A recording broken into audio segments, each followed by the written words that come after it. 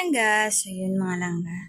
Nakapaglinis pa lang ako dito sa tindahan, nakapagwalis, nakapagpunos-punos dun sa mga tinda natin. So ayun, ngayon naman mga palangga dahil nga pinatulog ko muna si Juna, at ayun, tulog po siya, ayun. Tulog po siya dyan. Maglilinis naman tayo sa kusina kasi sobrang tambak talaga ng hugasin namin mga langga. Kasi ayaw magpalagay ni Juna kagabi, so hindi ako nakakapaghugas. And pagod din yung langga ko kagabi kasi nga ng oras na sila natapos dun sa trabaho niya. So yun mga palangga, samahan niyo ko. Yan para yung tindahan natin. Paglinis na ako, nakapagbulis na tayo dyan mga palangga yan. Nagpunos din ako dito, tapos yan yung tindahan natin. Yan, hindi siya konti lang yung laman ng tindahan natin kasi nga padaming utang na naman. So yan, yan tayo mga palangga. Tignan nyo naman. Tapos ngayon, matumal, wala tayong benta. Yan lang yung benta natin. So yan mga palangga. At yan yung mga listahan ng mga utang ko. Ang dami. Ang dami niya, no? Char. So, yun. Tapos wala din kaming bigas. Ngayon, kasi puro utang nga. Yung mga noodles din namin, puro utang yan. Pero mabuti may mga ganito din. Utang din to. Hinamos. Ayan mga palangging. Ayan. Wala tayong masyadong tinda, pero okay lang. Makakabawi din tayo.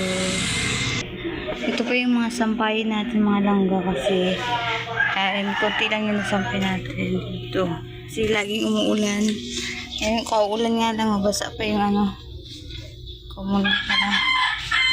Tapos yun dun mga palangga. Ayan, ang dami kong sampay. Ayan. So, dun sa kamali. Yung hugasin natin mga langga. Tambak talaga yan mga palangga. Tapos ito din yung mga natin. Tuan yan. Sobrang dami ng hugasin natin. At yan. Guhugas muna tayo mga palangga. At ayusin ko din to dito. Mag-ayos din ako ng namin. Lutuan na ang tawag dun. Abuhan kasi tawag dito sa amin. So, lilinisin ko din yan mga palangga. Kasi sobrang dumi talaga. Tapos magtatapon din ako ng basura dun. Tatapon ko muna yan dun na basura. Para maging maaliwalas tignan yung ating so yun mga palangga. Wala din tubig, magpapaigib muna tayo. Ito naman yung tubig dito, meron naman tayo. So tapos yan, kakaunti pa lang yung labahan natin dyan, pero dun sa loob madami akong labahan, mga puti yung mga ginamit namin sa pag-samba. Tapos ito dito mga palangga, alisin ko na to kasi sobrang dugyot na niya. Ayan ano lang kasi ingenyero, yung mga yerong mga tinabas mga palangga. So ito yung mga tarpaulin ng birthday ni Jana, nung baby pa siya. Ayan namin dito, yan baby pa siya. Sobrang dugyot na kasi nga laging nababasa dito. Basa nga dito kasi diyan, 'di ba? Lang trapal lang. Ayan. So ayun.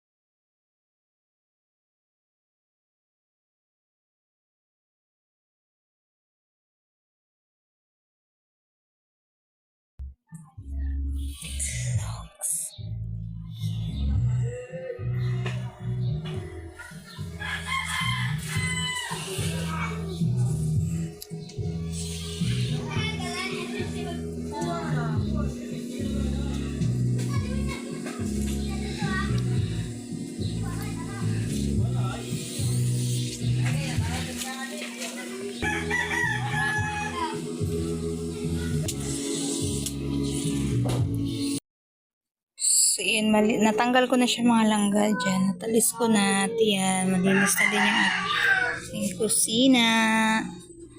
Ayan.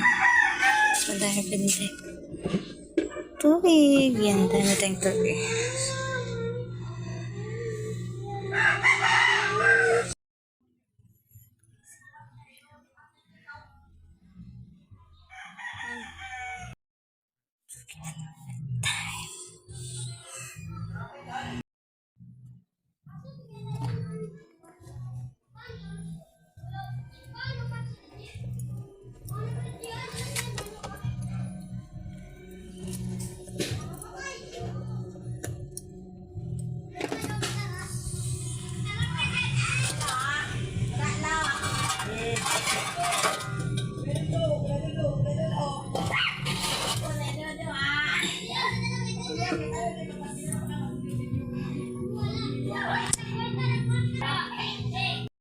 Done cooking.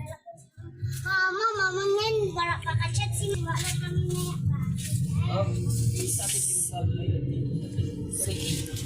Pangataw na at magkaitsa.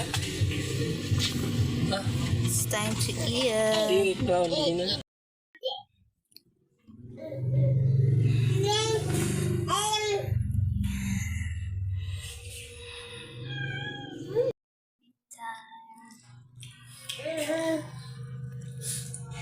Ayan, maulan talaga mga palangga sa labas. Hindi na yan.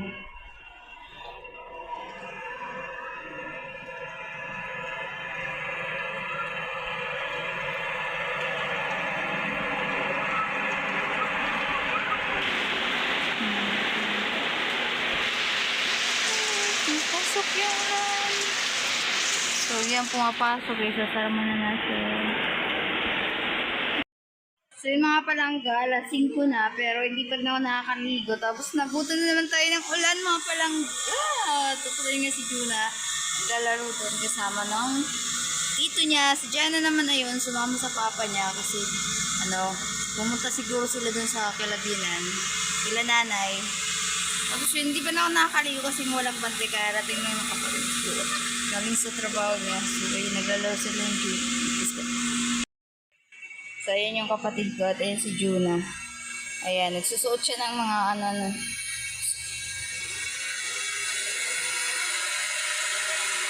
Ayan.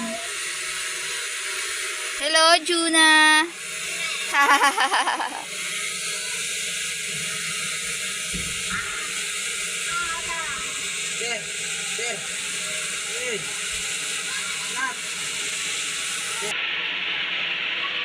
Pinaglalaroan mo naman yung mga slipper ni ate mo.